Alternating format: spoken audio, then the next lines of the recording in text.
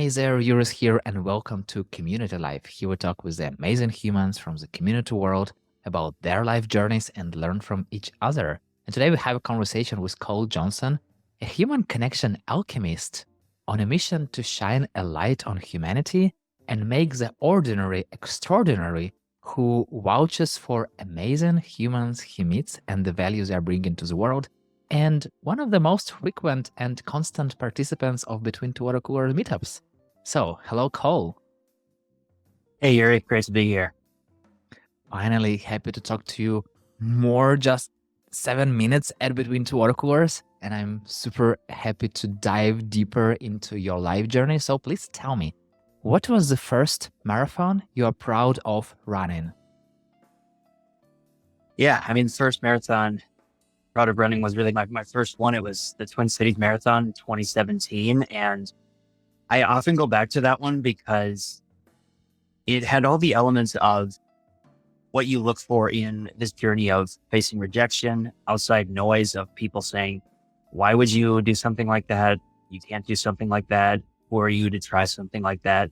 And facing internal setbacks, external naysayers, all the things, and creating a plan, iterating on the plan as I go, and then eventually just doing the thing as I just kept going along the way. So whenever I face setbacks along the way in the journey of life, that's an experience that I go back to just as a reflection of, oh yeah, I've done things before that haven't been a straight line and I can do it again. What happened the day you told yourself you would never run again? I think I just started to venture into the unknown because I don't think I gave it a second thought at the time. I didn't know running would become such a big part of my life at the time.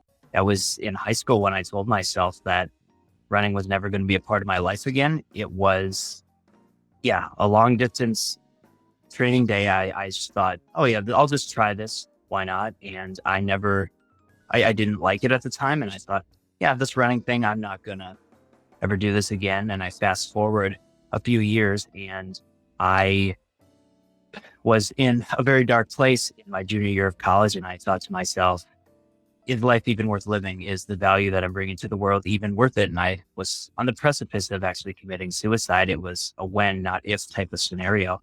And there were really two things that kind of kept me going at that point. It was this little voice inside of me that said, not yet.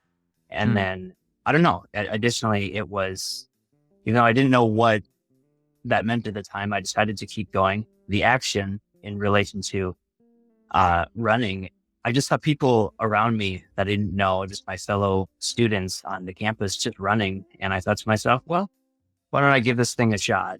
Because the alternative isn't a great option. So let me just give this thing a shot and see where it takes me. I'll give myself an indefinite period of time, see what happens. And it opened me up to so much beauty that is right in front of me in terms of the natural world and people. And it kept me going literally and figuratively. And has led to so much beauty since then. What drove you to this dark place firsthand? Yeah.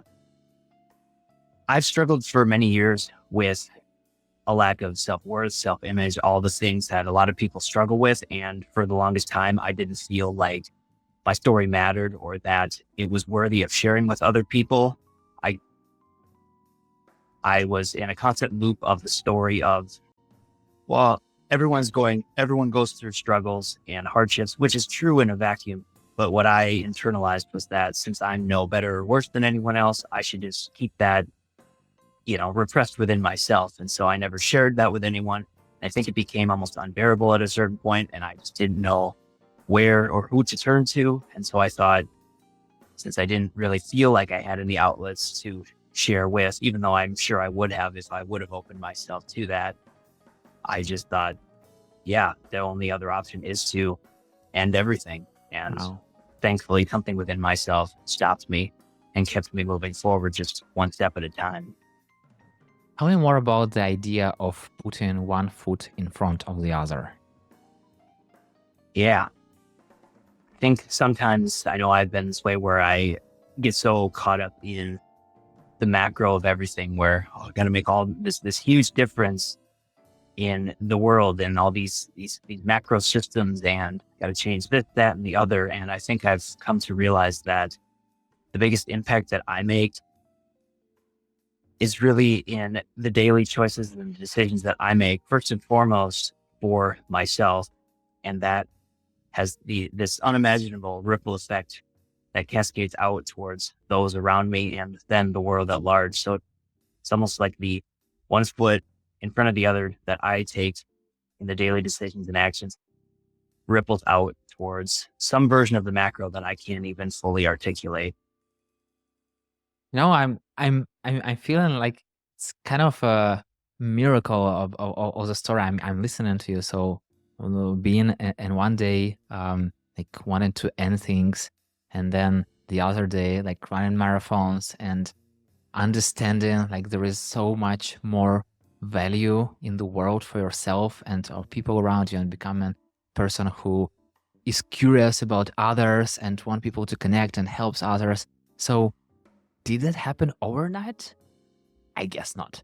So how did you went through this journey from like the darkest place to where you are right now? Yeah, heaven just like that, right? Yeah. Yeah. Yeah, little by little, so that was 2015, 16, my junior year of college, where I was at, I would say probably the darkest point. And then I graduate college fall of 2017, and I kind of go through this period where I call it sleepwalking through life, where a lot of people might call it sleepwalking, autopilot, what have you, just kind of going through the motions still. And I just started kind of attending this networking group in person. And I don't know, I think it was the conversations here that it was fine, but it wasn't bringing me any sense of real joy or life. And I thought to myself, what could I do differently to actually shift some dynamic of the conversation? How could I bring more agency to how I'm showing up, become more interesting and interested in others? And so I think that was really one of the first things that I took ownership of and started to really change in myself. And I think that's really what started that inner curiosity within myself, and then also becoming interested in others. Got it. So let's start from the beginning. Tell me about your parents. Who are they? Yeah. I want to say two people that genuinely I feel like are trying the best they can with each day that they have, just like any of us.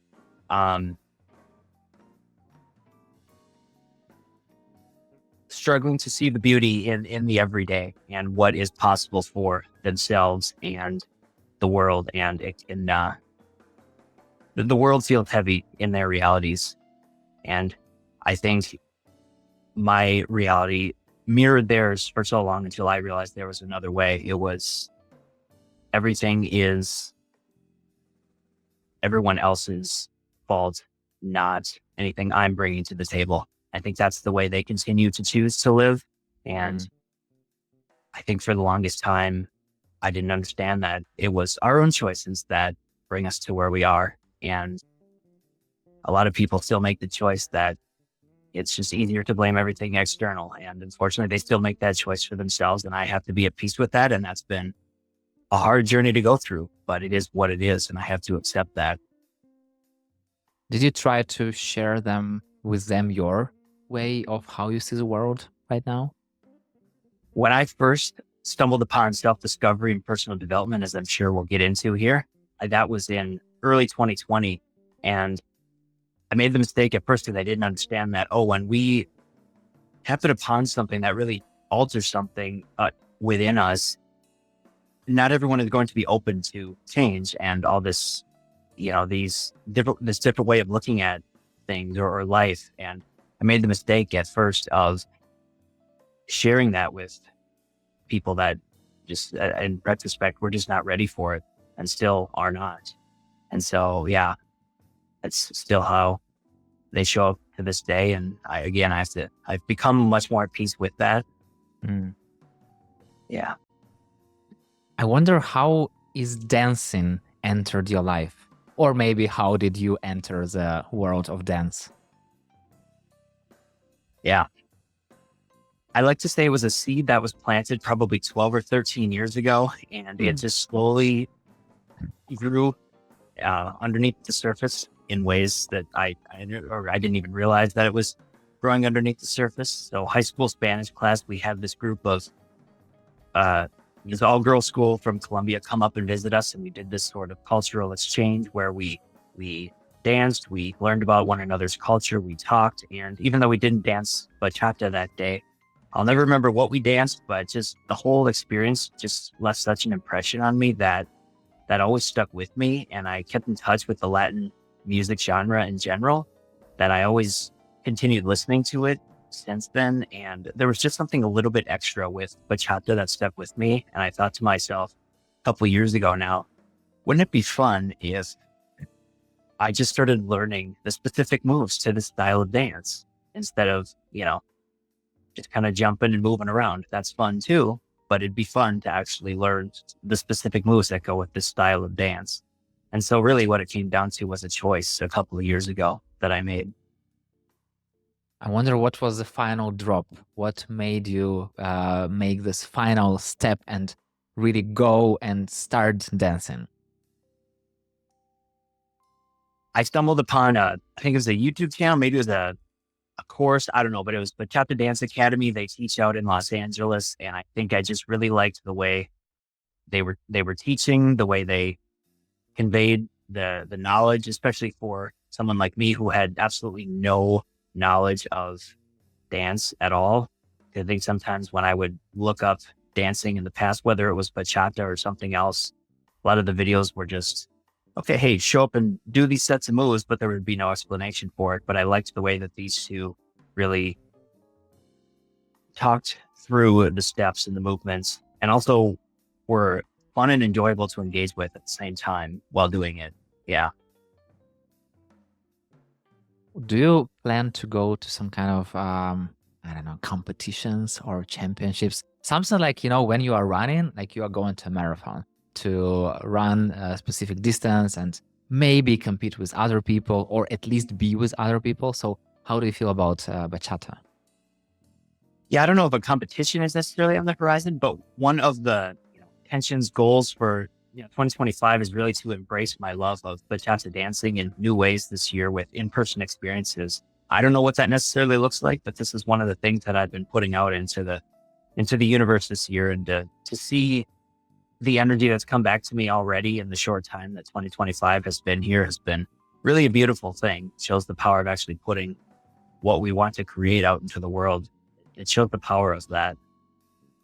What is something else that been planted already and that you didn't haven't grow yet? What is something else that you have seeds in your mind that you plan to maybe let into your life?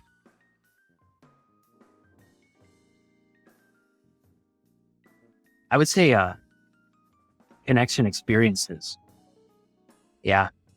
Along the lines of, this journey of disconnection to deeper connection, I feel like this is what I want to create and co-create with others who care about deepening the connection in the world. And I feel like I've been planting the seeds of this with people who care about connecting the world. And I just feel like a lot of people feel very disconnected and lonely. And I feel like creating experiences based around connecting people with themselves and others could be a very beneficial piece in deepening the connection within the collective. What is the first memory of your childhood that comes to your mind right now? I want to say baseball, or probably t-ball, I guess, 5 years old, going into the little park and hitting a ball off a tee. Yeah. So sports related, I would say. Was it the first time that sport entered your life? Yeah. 5 years old, playing baseball. And that was the first sports memory that I had at 5 years old. How do you feel about baseball now?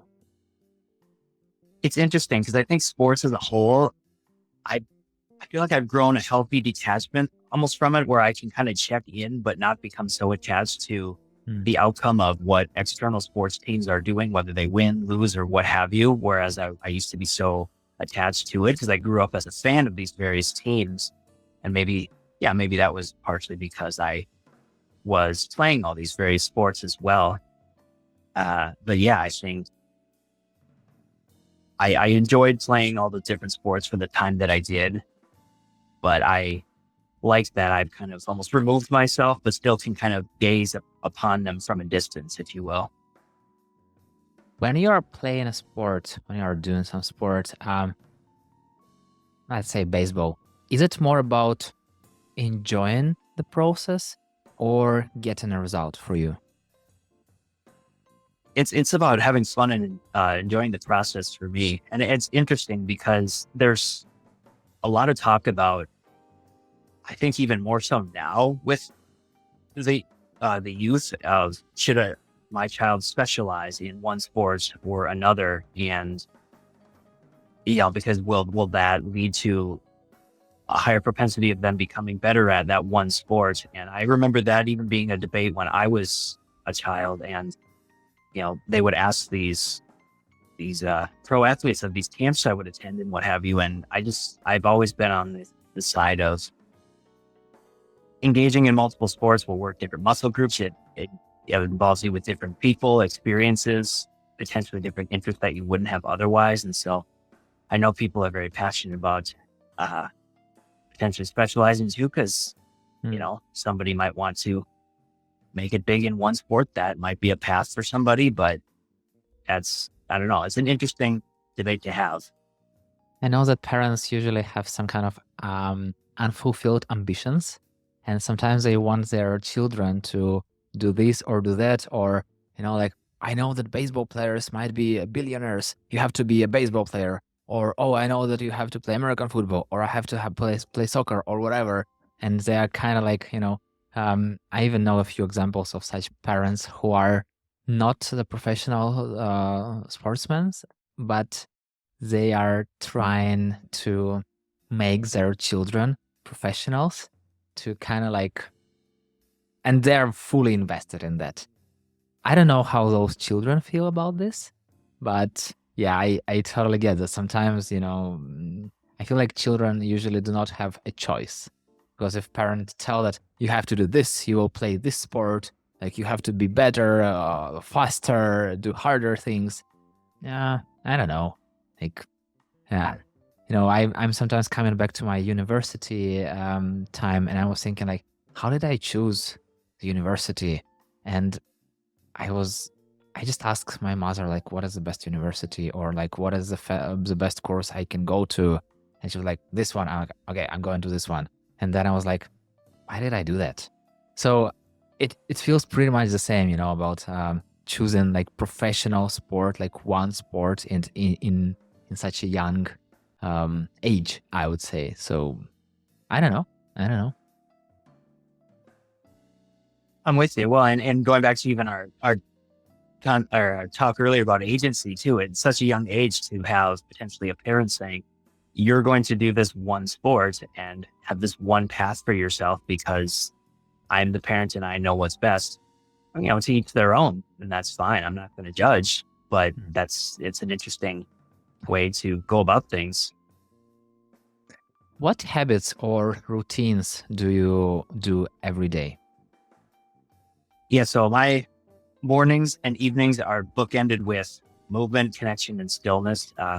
Meditation, visualization, and yoga are every single morning. Running sprinkled in on certain mornings as well. And then in the evening is dancing every day as well. Those are the practices that really ground me every single day. How do you feel while doing them? Yeah, I'm able to come back to my place of peace and solace amidst the noise and chaos of the world, and I don't know what I would do without them. I'm still thinking that there is something else you can add to because why I'm thinking that way, behind every habit, at least what I think about, behind every habit there is something that you tell to others, and there is something that you are telling to yourself. So I'm curious, is your story is the same of your what you just told to me and what you are telling to yourself, or is any difference inside? Well, the reason I like showing up every day is because it shows myself again. I think going back to even the running example at the top, it shows myself that I'm capable of showing up again and again, regardless of the external circumstance. And these are grounding practices that I enjoy. And let's say there's something outside, like a business venture or a career or something that I'm going after, and the going gets tough as it inevitably will. I can return to these practices and literally show myself with personal evidence that, oh yeah, I am capable of showing up for myself again and again. And here's my personal evidence. It's great to seek inspiration from other people outside of us, but here's my actual personal testimony of how I've showed up to myself every single day in these various modalities. I wonder what role nature plays in your life. What does your connection with nature look like? I would say it's shifted over the course of time. Right now, it is definitely about tuning into the the beauty of the present moment and the animals, talking to the animals, being at one with the animals, and one moment at a time. I'm really leaning into this concept of embracing the beauty and the richness of one moment at a time, which was not always the case. I find that I really enjoy, embracing the ebb and flow of how different activities shift for me over the course of time. So back when I was maybe starting my venture into sharing my voice on LinkedIn, and I was sharing nature videos on LinkedIn, it was a way to express myself in a new way. And that was what nature kind of was for me. Then I kind of became too attached to that way of sharing myself, and I kind of lost that connection to nature. And so I Mm. kind of wanted to start separating myself from that way of sharing, because I became disconnected from that beauty that was right in front of me. And so I find that just leaning into the ebbs and flows of the journey and whatever I want out of the journey in this moment is more than enough. Talking to animals. Tell me more about that. I'm a big believer that we're all one, and that we are all just a part of this beautiful kaleidoscope of daily life every single day, just creating this beautiful existence. I find that it can be so easy to think that everyone is so separate, whether it's people versus other people or animals and nature, and everything is so separate, but we're all just so interconnected. And so this is just one way that I really enjoy feeling more connected with other living, breathing beings that are alive with us at this time on this earth, which is so incredibly short, right? And so I literally will wave and say hello, literally, to a deer in the forest if I see one when I run by. I remember that you told me one day that sometimes you see the same animals over and over again. So I'm curious, um, do they say hello back to you? I mean, like, do they act like they know you if you are trying to, talk to them, or are they still running away? So are you building some kind of connection with the animals that you meet like on a continuous basis? It's interesting because most don't run away. So I'm wondering if that might be the case. Yeah, I think a lot of the animals that I see are quite at peace with when I'm in the forest. Yeah. One other animal, I see a lot of owls flying through the forest as well. Sometimes I don't always see them, but I hear them. But a couple times one has flown over my head, just right over it within a foot. That's been a beautiful thing. And yeah, it's just amazing kind of what different animals show up and when. And that felt like such a moment of deja vu, because it was at the exact same spot Mm. probably 6 months prior that the same, probably maybe the same exact owl flew over my head.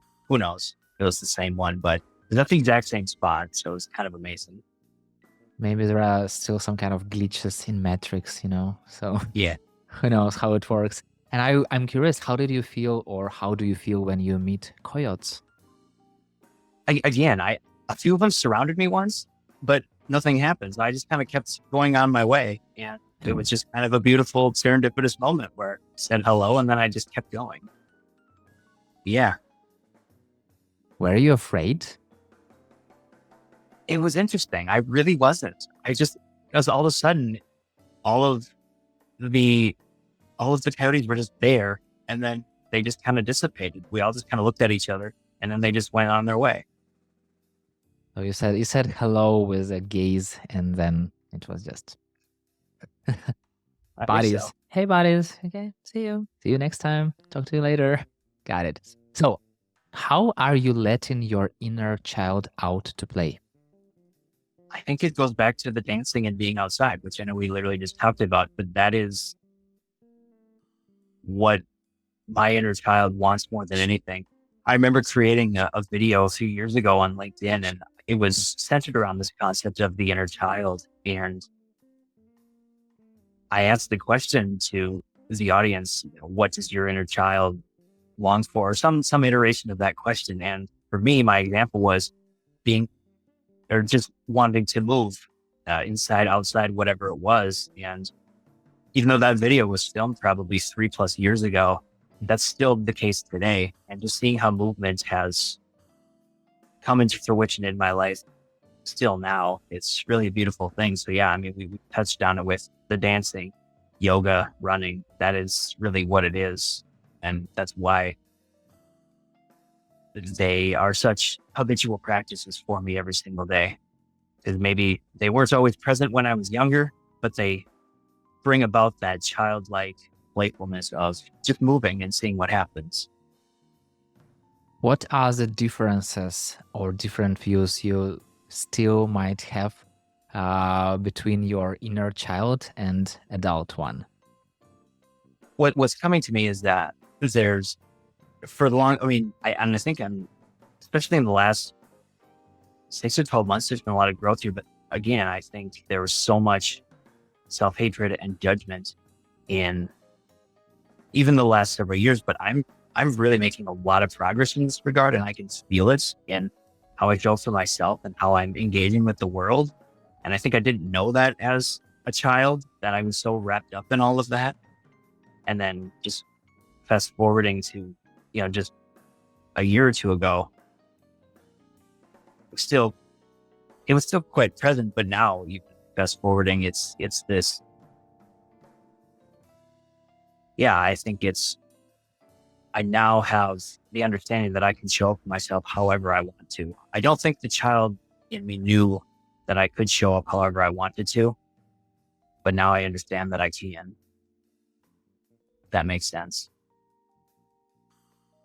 What would you say to your child, to you being a kid back then? It's going to be okay. That's it. What do you do when you get lost?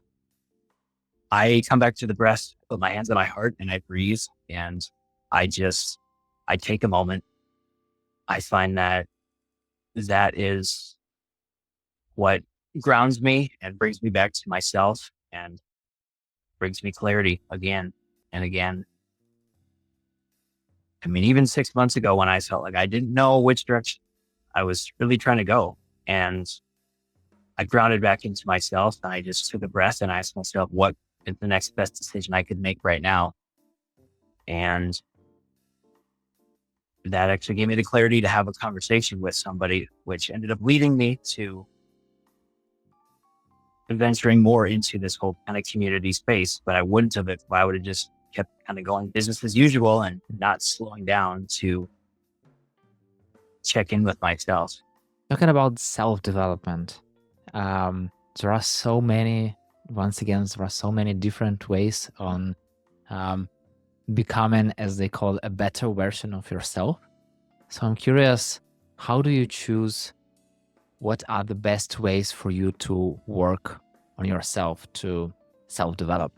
Well, when I stumbled upon this whole I guess, realm of self-discovery, personal development. I didn't know this was actually a thing and a whole space of which a person could actually work on themselves. So this was March of 2020. It was a Brendan Burchard Facebook ad, and I took a deep dive into one of his books. And then that's what ended up starting me on this whole journey. I realized as I started connecting deeper with people, and I joined this book club a little later on in that summer and fall of 2020, shared openly my voice in a book club to these prompts. And people were coming back to me and saying, Cole, do you write for a living, or are you an author? Because your responses to this are quite outstanding. And I was so humbled and taken aback by that I thought, I thought I need to explore this newfound inner voice somehow, some way, somewhere.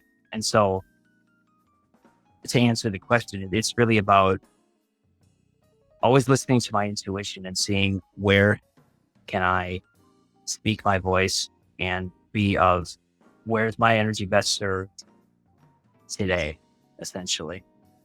So I think I like connecting deeper with people on a human level.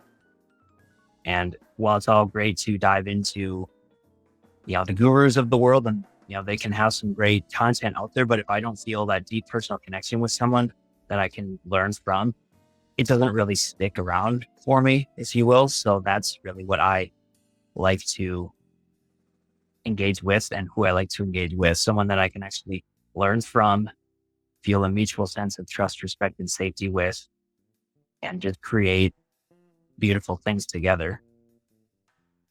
What does it mean for you to have a deep connection with someone? Yeah.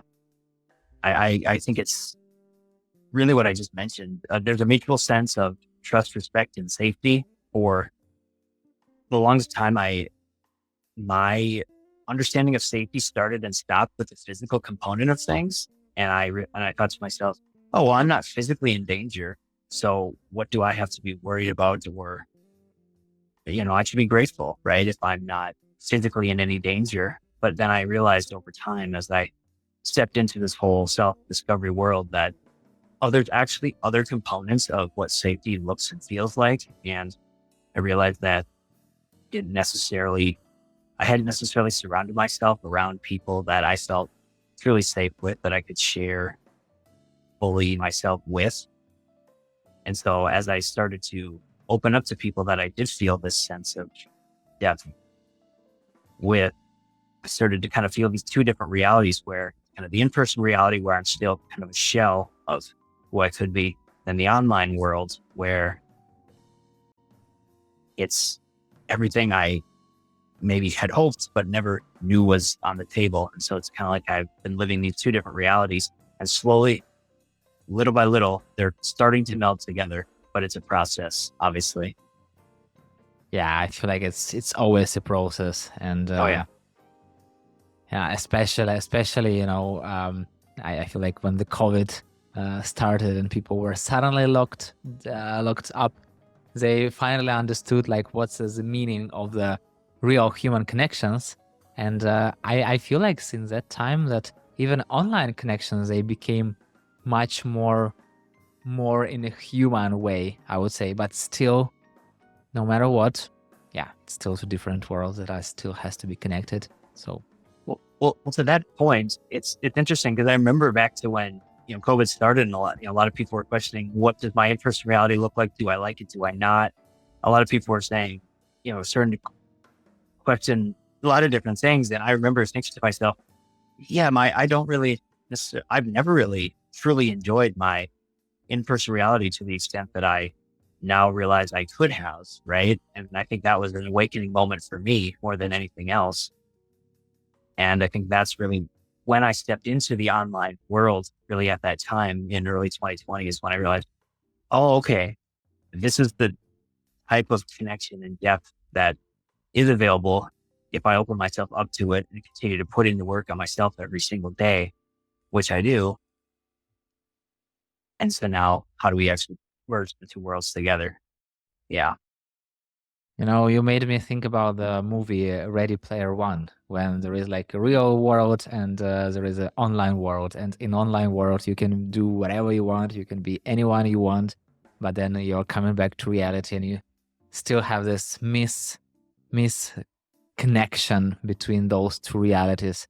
And I feel like there is still something. So there are so much easier to be someone online. And I feel like it's the hardest part is to ensure that online you are the same person that you are in reality and vice versa. But yeah, it's still journey to go. Um, are you feeling lonely sometimes? In the in-person reality, yes. Online, not at all. Yeah. What makes you feel that way in in-person reality? I think it's a lack of connection and safety among the people that I'm around. And I've never really, when I have ventured out to explore different spaces and groups and things of that nature, never really felt a real connection. And I think that to me is a signal that it's time to move on. And we're getting there. I'm getting there with it.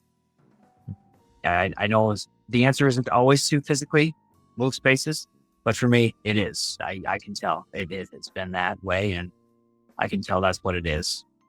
I feel like over the course of time, I've realized what a global soul I feel like I am, and that definitely comes to fruition with the conversations I have with people from all over, how fascinated I am by people from all over.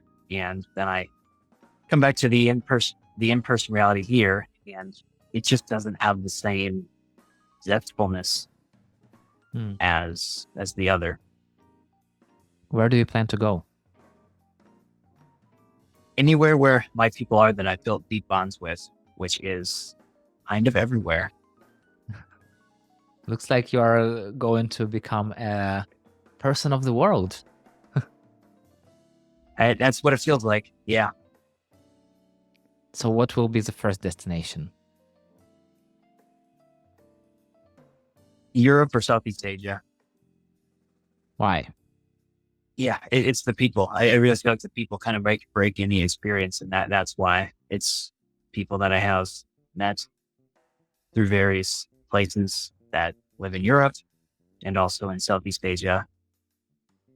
And yeah, really that's why at the end of the day. What makes you feel at home? Having a deep conversation with someone that I feel truly seen and safe with. If you are having a conversation with such a person and it sounds like everything is good, it sounds like it's a nice, kind person, but some inner voice is telling you it's not a right person. Who or what you will listen to? To the conversation that you are having or to your inner voice? And I actually just experienced this recently. I'll listen to the inner voice. Yeah. And I think this is also why going back to personal evidence again, I've built deep bonds with people through continuing to show up in a variety of places. So I'm not afraid anymore. I used to be so afraid of, oh, what if I let this relationship go? Well, I won't meet anybody else then, right? But now I'm not afraid to let something go that might not feel quite right, because I know that there are other opportunities to meet other people out there because I experience that every day, right? And so I'm more than okay with that now. You know, I asked you about this because first of all, we recently had some kind of a conversation on LinkedIn about letting your life be with you and letting people in and go and all the stuff. And it's something that I recently learned myself, that you don't really have to try hard to keep every connection that you make, because you know, sometimes you make those connections. Sometimes when you click with people, you just talk to them and you just understand that it's your people, and you don't even have to try hard. Just by being yourself, just by letting this conversation go, you are already building this, you know, deep, meaningful connections. And I had this different feelings when I'm talking to one person and feels like we knew each other for years, and then I'm talking to another person and it feels like, you know, everyone is looking on the clock and like, okay, where will this conversation finish? Okay, how many? It's like 10 more minutes, 2 more minutes, 5 more minutes. So, and I was like, no, doesn't have to be that way. So if there is an inner click, great, amazing. We'll definitely continue the conversation. If there is not, there is not. Those people will click with someone else and I will click with someone else. So it's been really helpful to really understand that, you know, you don't need everyone to like you, just a few good people. So I feel like pretty much that you are having a very, very similar approach. Yeah, absolutely.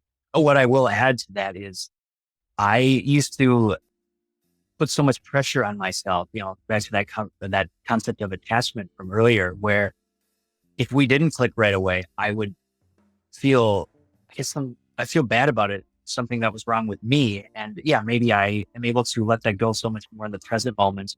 But maybe if for some reason it comes back around in the future, okay, fine. Maybe it won't at all, but I don't worry about that anymore. I let it play out or not, however it's going to.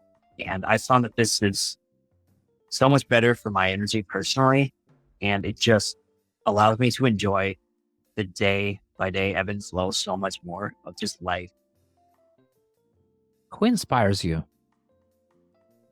It's the people that I now welcome into my world or have the opportunity to welcome into my energy, which I never would have thought even a couple of years ago would have been possible. Just all the different people, what they're involved in, yourself certainly included. Yeah, it's people that I get to have deep conversations with and get to know on a human level. How do you get inspired? I mean, like in the way, for example, you see some person and you feel that what I'm trying to describe is how do you feel that you are getting inspired? Does I that make see sense? Yeah. what comes to mind for me is when I see a fellow creative soul in their creative art, whatever that is. I'm speaking broadly because I don't like to pigeonhole someone into what the definition of a creative is. When I see someone in their creative art, whatever lights their soul on fire, I just love seeing that, watching them engage in whatever that is for them. That's what inspires me because they're doing their thing in their way. And that to me is beautiful. And so that inspires me because they're living out whatever that is for them in their way. Because how easy is it to listen to society and how noisy it is and saying, well, you have to live life this way and buy the books and you have to do all these things. But if we can just lead with love and just let people, we live into their passions and what they actually want to be doing and just almost observe it from afar. And it's almost be like I don't know, some type of, bystander or observer. And I just, sometimes I'm more in the arena talking to people. Sometimes I just step back and observe. And it's just a really beautiful thing. What do you prefer personally? Be in the arena or being an observer? I like both. Honestly, I like mixing it up. I like seeing, kind of stepping back and seeing, maybe I've connected with this person and had conversations and helped this person along the way in some way, shape, or form. But then I also like to step back and just kind of observe them in their element too. But I do love being in the arena too, of course. Yeah. So I think that's also one of the reasons why I've kind of stepped out of the arena of sports, because I realized at a certain point, unless you're kind of in the professional arena and actually, in the practices and in the arena of playing the sport at the highest level, you're always going to kind of be on the outside looking in. Your team might go all the way, win the championship at the end. That's great, whatever. But you're still always going to kind of be on the outside looking in. And so I think that's kind of what I realized over time was, okay, that's great. It's a dopamine high in the moment, sure. Then you're always just kind of on the outside looking in. You're not truly in it. And I think that's more what I've realized with being here, building relationships over the long term. I'm much more in it in this way. I have a question from one of the previous guests. So, what is the thing you are most scared of? Honestly, I think what's coming to mind for me is probably living a life that's greater than I could have ever imagined. And I think that's honestly, it might be kind of some iteration of fear of success. I feel like that's kind of where I'm on the path to right now. And I think for the longest time, I didn't even have a hope of feeling like that was a possibility for me. And now that I'm little by little feeling like I'm experiencing what deeper connection feels like. And yeah, there might be a part of me that feels that, oh, success is scary. So, am I even deserving of this much beautiful energy and depth and connection and all this? And I tell myself that I am. And I do believe that, but I think there's some fear there too. There's no doubt fear there because of all the years of not feeling this way.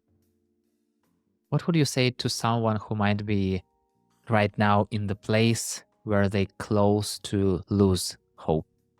It really comes down to, if you have people around you that you trust, reach out to them, ask for support. If not, even though it can sound very difficult and you might not feel like you can, but tune into yourself regardless of the outside noise. Because that's what I did. Because like I said, I didn't feel like I had the outside support, even though I probably would have. So sometimes it takes one little insight, one something, one connection, one conversation, one something to keep going. And that's really about what I pride myself on doing now is, when you talk about shining a light on the humanity, it's those traits within us that make us who we are as humans, not the what we do, but who we are. That could be just the inspiration that someone else needs to actually keep going in life. Yeah. Yeah. I can so much resonate with what you've just said because, when the war in Ukraine started, like everything changed overnight. And I just moved from this, I had thoughts that, oh, it's like apartment, car, things, stuff, etc. But then when you are losing everything overnight, I just like, it's all about people, it's all about friends you have, because as long as you have them, everything will be all right. No matter what, stuff you have, no matter what stuff you will lose, but everything will be okay. So, and from that time, I was like, people is the main treasure that we have in our lives. And yeah, I just, I'm also trying to share this thoughts with people around me. Because at the end of the day, when we are doing something together, we are the most powerful humans in the world. And yeah.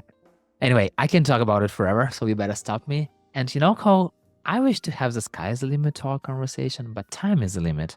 So let's jump to the rapid fire questions. So, a coffee chat or a bachata dance? Bachata dance. Doing yoga or being in nature? Yoga. What are your favorite color and song? The color is blue. Oh boy.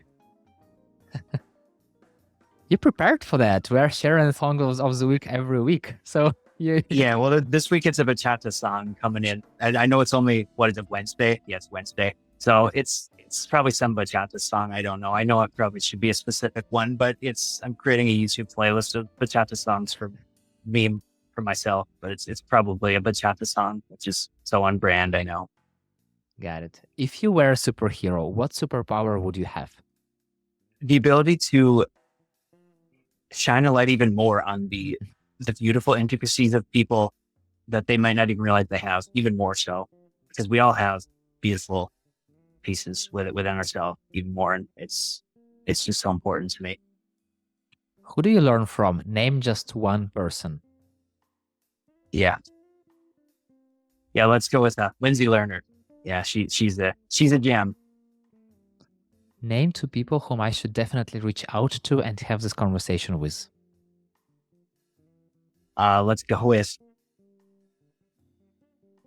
I think Lauren Ammon would be great for you. And also, who else? Megan Douglas, maybe? Yeah. I know that these are the hardest questions, but we've done with them. So ask it forward. It's like pay it forward, but with questions. So ask a question a future guest will have to answer. Yeah, this is one that I really like asking people and just seeing how they internalize it, what feature answer is, what is the miracle in the mundane for you lately? Hmm. Is there one question that I definitely should have asked you, but didn't? Honestly, I think the way the conversations flowed beautifully, I think that's right. That's it's not about a specific question because the whole idea was to have it flow beautifully, which is how it was. So I don't think it was about a specific question or anything like that. Got it. Got it. Cole, thank you so much for giving this, like, presenting this time to me, because we've had such a deep conversation, and I don't know how, but I just see that you are this very deep and shining person who really supports people around and unconditionally. And I don't know, just keep being the amazing you who you are. And thank you so much for this conversation. Thank you, Yuri. Appreciate you. And yeah, see you at Between Two Watercoolers and in the community world.